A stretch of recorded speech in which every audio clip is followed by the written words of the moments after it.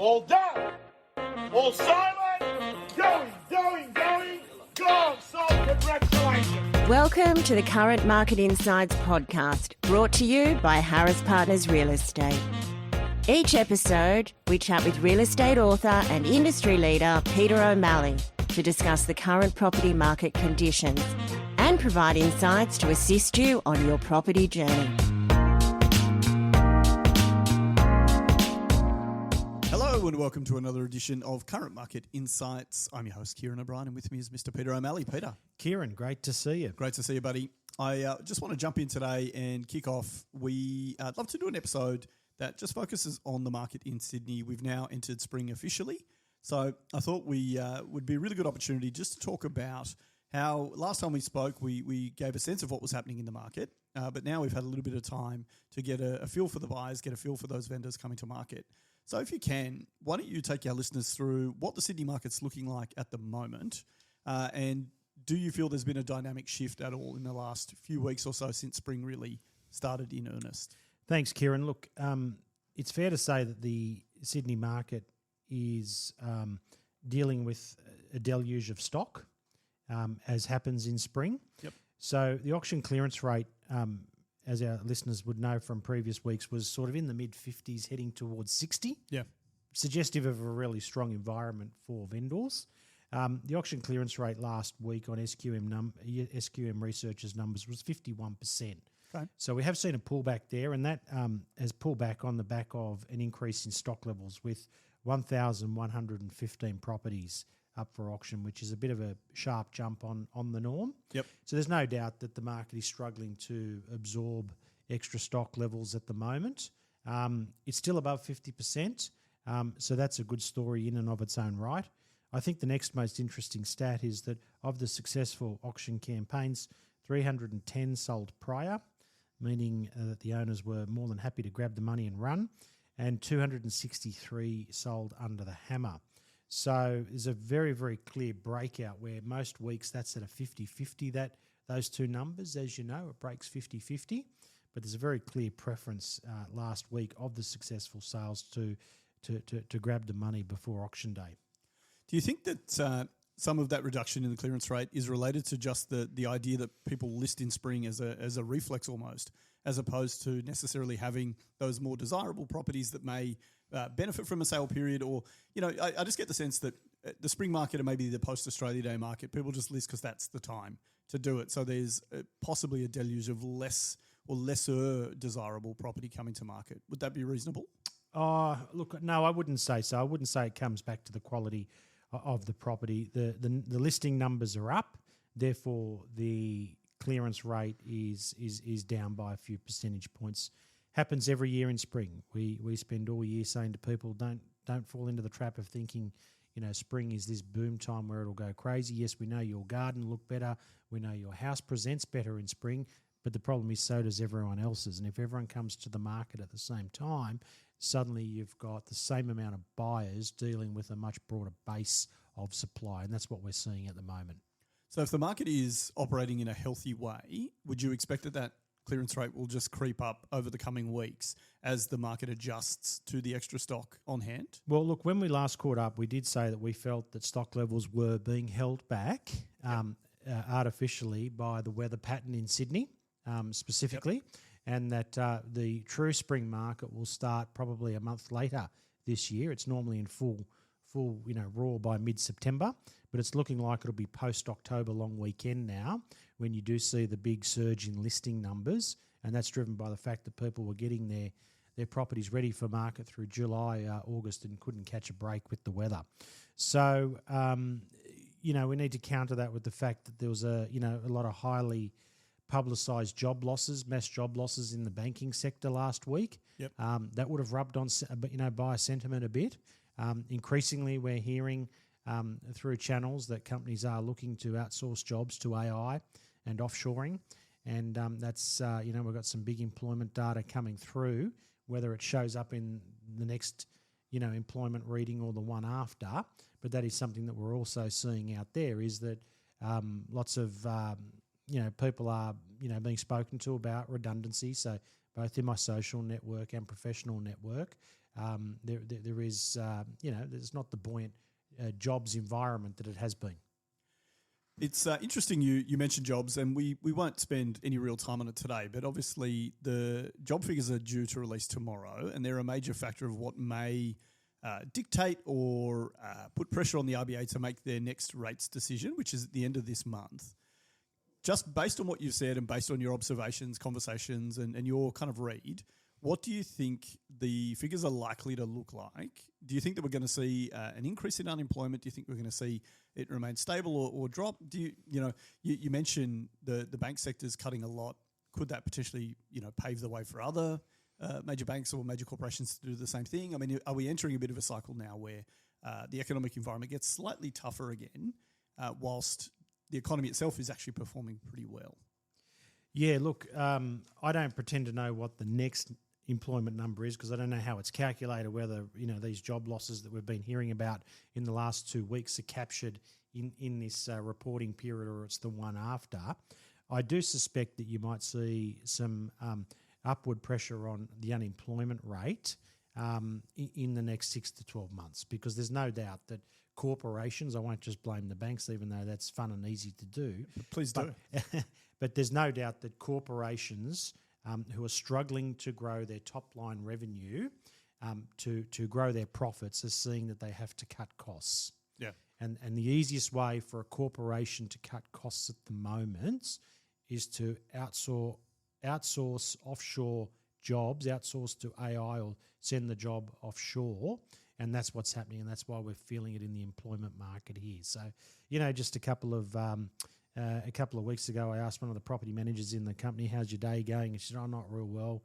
And I said, "Why? What's going on?" And she just said straight out, "Look, I just feels like everyone I ring at the moment's being made redundant, and then I got to put a whole plan of action in place around that because the ability to complete their lease is not quite there. So we've got to go back to the landlords and renegotiate terms and an early exit and penalty free. And they've lost their job. Would you be gracious enough to let them find a new tenant without stinging them a penalty and all of that?" So hopefully this is just a short term blip, and some of these corporations are just cleaning up, some rough edges, if you like, in the end of the year close. But we are seeing it more and more, there's no doubt. So I don't know if that plays a role in the auction clearance rate pulling back is the primary point, Ciaran, but there is some pressure out there. Oh, look, definitely. I wasn't actually going to talk about this, but I read an article and you haven't, so I'm not going to ask you specifics, or to my knowledge you haven't. But I only read something earlier that in Toowoomba, for example, there's something like 75% of households are now officially under mortgage stress, and most of those are now missing mortgage repayments. Now, obviously, that's one microcosm across the country, but in a period where the economy feels like, rates are coming down, psychologically it feels like we're probably on the improve. We do have these places where people are being made redundant, where there are certain sectors and industries that job security may not be guaranteed.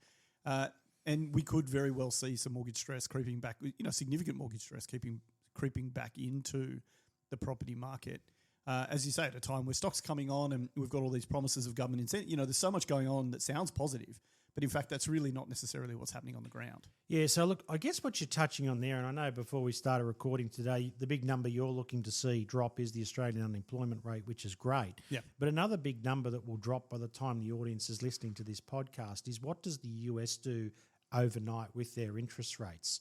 And it is actually related to what you've just explained there in Toowoomba. Because in America, what they've got at the moment is an inflation rate that's going up. That suggests you shouldn't cut rates. Yep. But it's almost universally agreed that the US will cut their interest rates. The Federal Reserve will cut overnight and deliver the market a 0.25% rate cut. And I think for reference, they're still at 4.5. I think cash rate. They're quite high. I'm pretty sure. I'm not. I don't pretend to know where their cash rate's at. But what's happened is that we've often spoken about, and we've asked people that are smarter than you and I on this, what happens when a central bank has to choose between jobs or inflation? Yeah. Because they say our job is a dual mandate between, there's the Federal Reserve and the RBA for that matter. We have a dual mandate. It's to manage price stability and employment. But what about when they're at odds, which is where we're headed to now, which is? This you're talking about the stagflation? Stagflation, well done, exactly right. Yeah. We're heading towards this stagflation environment where unemployment is creeping up, but so is inflation.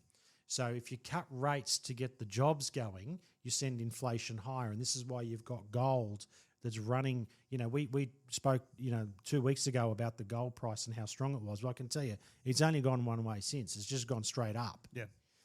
It's because the US Federal Reserve is threatening to be pressured by Trump and cut rates at a time that inflation's going up. Now, that will fuel inflation further, and that inflation will find its way to Australia. And then the RBA will have the same dilemma that the US Federal Reserve have got now, which is, do we cut rates to keep people employed but fuel inflation again, or do we keep rates on hold, fighting inflation but driving our unemployment rate up? Yeah, well, it's a tough decision, right? I mean, the only advantage we have potentially is that I think the current inflation rate in Australia is 2.1. So the RBA has a little bit of room, but obviously not a huge amount of room, and they've got to be careful. But we have mentioned stagflation so many times over the past few months, and it is interesting to see it play out, maybe slower than expected, but it is certainly all the dominoes are moving into place for this event to occur and potentially cause a catastrophe. Absolutely. And if people are wondering why stagflation's so bad, because we're always told that deflation's bad and inflation, strong inflation's bad. Well, the thing about deflation is the antidote is obvious. You cut interest rates to stimulate spending and bring confidence in. As we have seen in the last 4 years, controlling inflation's easy. You put interest rates up to take the excess confidence out of the economy. Yeah. But stagflation, where you've got jobs and inflation going in different directions, meaning that they need different solutions, but you've only got one lever to pull, that's a horrible scenario that no central bank or government wants to find itself in. And as you said, in America and in Australia and other developed economies, that is the next phase of this battle. Yeah, it's an interesting time ahead. Before we move on then to talk a little bit about the rental market, just one question about going back to your take on the sales market at the moment. How have you found buyer sentiment on the ground over the last couple of weeks? So since spring has started, I often found myself when I was talking to buyers in years gone by around spring, there was always this kind of renewed energy that there'd be all this amazing new stock for them to look at. It was almost like a sense of they've been buoyed forward, and there's a confidence that comes with that. Have you found that this year there is the same sentiment, or is there still just a little bit of hesitancy on the buyer front, waiting around a little bit? Because I feel like that's the message out there, but I'm not obviously on the ground seeing it. Yeah, look, anyone that's got a stable housing arrangement is kind of just happy to let that ride at the moment. Yep. So what we're seeing is the people that are acting in the marketplace have a need to purchase, whether they're a new entrant into the city, whether they've sold and they need to buy, whether they're a tenant who's been moved out of their property and decided now's the time to buy. We're seeing the people who are doing the buying is they've got a definitive need. There's not a whole heap of discretionary or speculative buying, if that makes sense. Yep. Now, where that becomes tricky as an estate agent is that activity levels are very high. So we've got more people coming through inspections, partly because of the weather, partly because people are always interested in quality real estate coming to market. So inspection numbers, inquiry levels are high.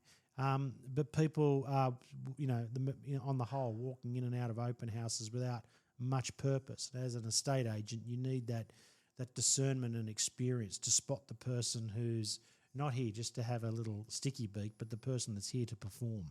Yeah. No, so that makes sense. I mean, there's always a bit more optimism from people in the warmer months, and I think particularly as we approach October with the government's big incentives coming in, there are going to be a lot more floaters until they're ready. We are seeing on that point the first home buyers incentives that kick in on October 1. We are seeing more and more, or hearing more and more people use that as a reference point. That'll help my son, that'll help my nephew, that'll help us get into the property market. That's a big point for us.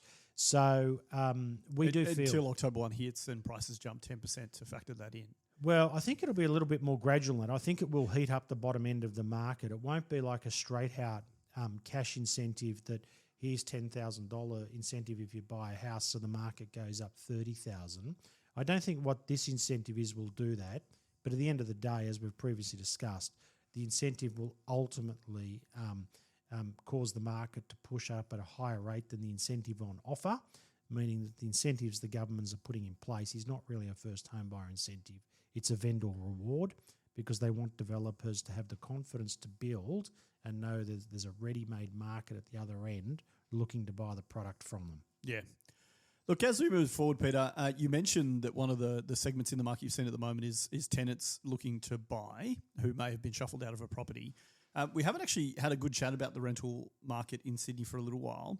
And I know there's been some national vacancy data come out. So I thought if you could, maybe take our listeners through what's actually happening in the rental space and how does it compare with, the year gone by, for example. Yeah, okay. So these are the August vacancy rates from SQM Research, and they show that in August 2024, the vacancy rate in Sydney, which keeping in mind 12 months ago, Ciaran, it was widely accepted that we were in a rental crisis. Is that a fair point? 100%. So this time, 12 months ago, the vacancy rate was 1.6%. Fast forward to August 2025, and the numbers have come in at 1.4%. So that tells you that we were in a crisis because we didn't have enough rentals. That was one of the arms, and now we're at a lower vacancy rate. Yet it's not even talked about at the moment. Yeah, that's right. Yeah.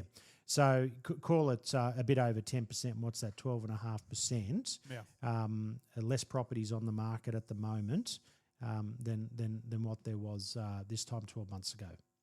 At a time where the population is significantly higher. So what's the adjunct of that? Well, prices go up. Hot prices go up. So are you noticing then through your agency, through your team, are you noticing, we often talk about numbers at rental opens and how, obviously they somewhat fluctuate around seasonality and university schedules and all those kinds of things in Sydney. But have you guys noticed a kind of concurrent shift in the numbers of people coming to opens trying to get a rental?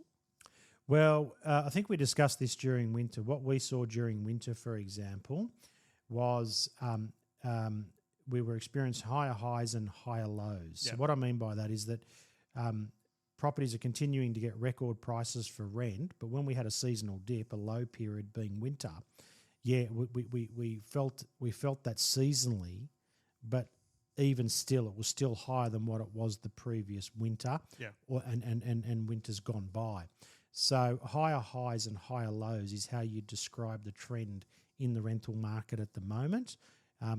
We are seeing tenants prepared to pay more rent on renegotiations. They readily accept when you put a rental increase to them that the rent is going up, and they make no mistake, as they should. Tenants will go on Domain and cross-reference the broader market with the proposed rental increase that the agent's given them.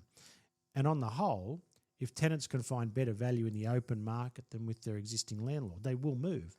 They will say, "I'll decline the rental increase, and I found something else, and I'm moving on." But we're finding we're not encouraging our landlords to overdo it on rental increases and create vacancy on themselves. We're moving rents in line with the market, and tenants are prepared to pay that because they know there's no real escape at the moment. And this comes to this point that we are not, I won't even say we're not building enough. We're not building anything. Yeah. I always make the joke about the 7 3D printed homes or something that was announced. I haven't seen anything else other than just words, right? Correct. That's exactly right. So we're not building anything, but you can just feel it by the week. More and more people pouring into the country, and the government seem to think they have a mandate to do this, so it will continue. So to give people research, I've given you my personal opinion and read on the market from the view that we have. SQM Research, to use broad data, said that they have experienced a price increase for the month of August of 0.5% in the rental market, and on a year-on-year basis, it's up 4.2%. You said earlier that the inflation rate's down to 2.1%, which it is, but rents have gone up 4.2%. So that's a clean doubling of the rental growth as to inflation. Yeah, which is really interesting because again, for people that have been following the market in Sydney for any period of time, we had massive increases through COVID. There was some very subtle correction, but it's still really just increasing from those highs. We're not, the rental market's not going back. There's no more supply. There's still more people coming in. There's always, there's all these arms that are competing. Yeah. But it's actually a really perfect segue, I think, into the last bit I wanted to talk about in today's episode, which relates to your friends in the New South Wales Labor Party, particularly the Premier Chris Means. And he's announced, we talked recently about his announcement to completely transform Woollahra and revitalise the unfinished train station, build 10,000 homes, et cetera, and make it a hub. He's come out this week and said that he wants to, well, he has, or he's going to greenlight 3,000 homes or let's just say residences along the Parramatta Road corridor from Camperdown through to the Taverners Hill end of Leichhardt. Given that, outwardly the government is trying to address the supply issue, whether they're supplying or not, that's not the discussion. I want to get your take on what you think of this proposal. How do you think it compares to Woollahra in terms of location and utility?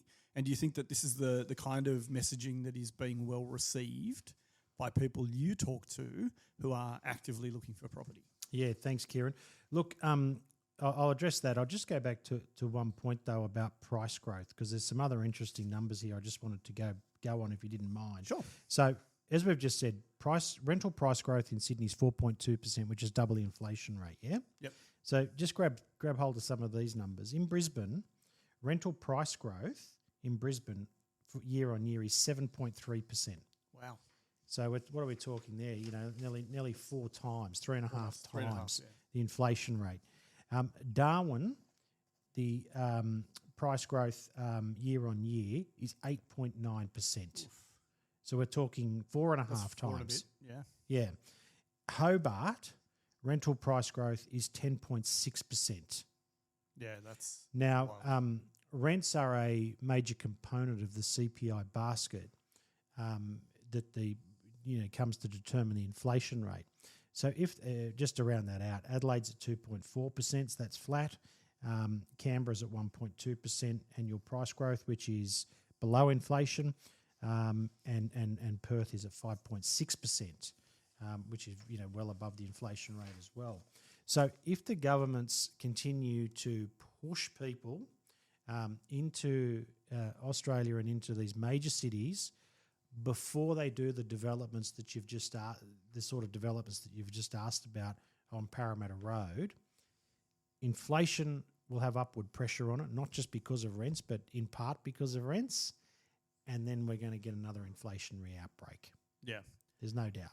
Yeah. So in regards to Parramatta Road, it's a logical place. Parramatta Road has been an eyesore for a long time.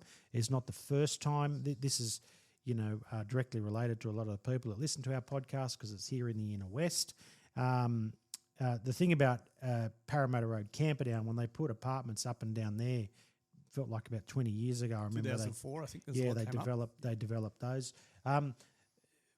Aside from the fact that a lot of them were unfortunately shoddy builds, and I don't say that at the time, but that's how it's transpired. They're pretty disappointing builds and have not performed well over those 20 years, which is a warning for anyone that's rushing out to buy one of these apartments. How will this apartment look in 20 years' time?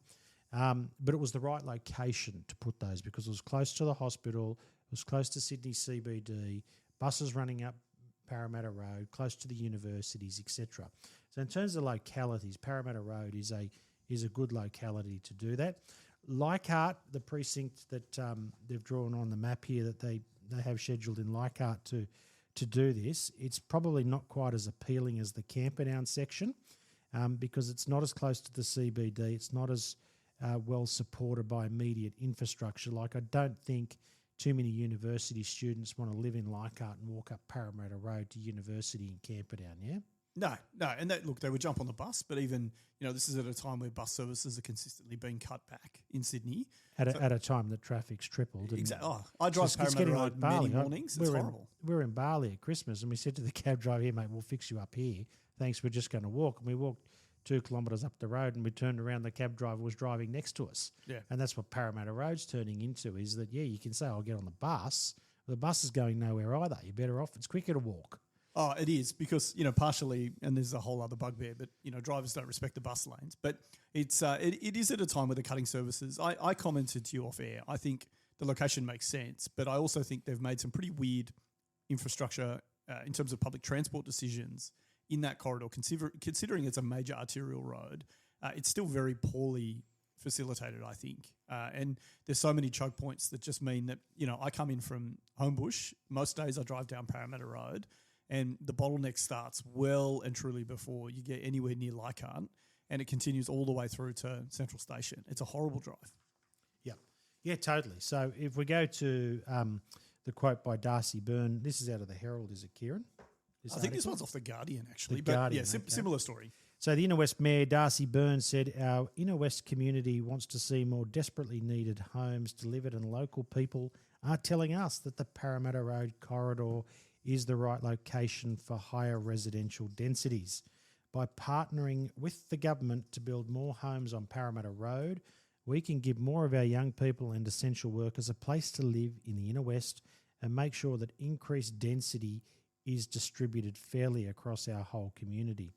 Well, the people that I speak to, which must be different to the people that Darcy speaks to, want to see lower immigration numbers. They don't want to see Parramatta Road turned into a construction site, building more apartments for more people coming into the country and clogging up Parramatta Road further over the next 5 years. So there will come a point where people absolutely have no tolerance for this plan. And again, we've said it before, I just don't know where state, federal, local government thought they had a mandate to flood Sydney with such high immigration numbers, have the place at choking point, and then say, now we're going to start building high-density property on top of high-density properties.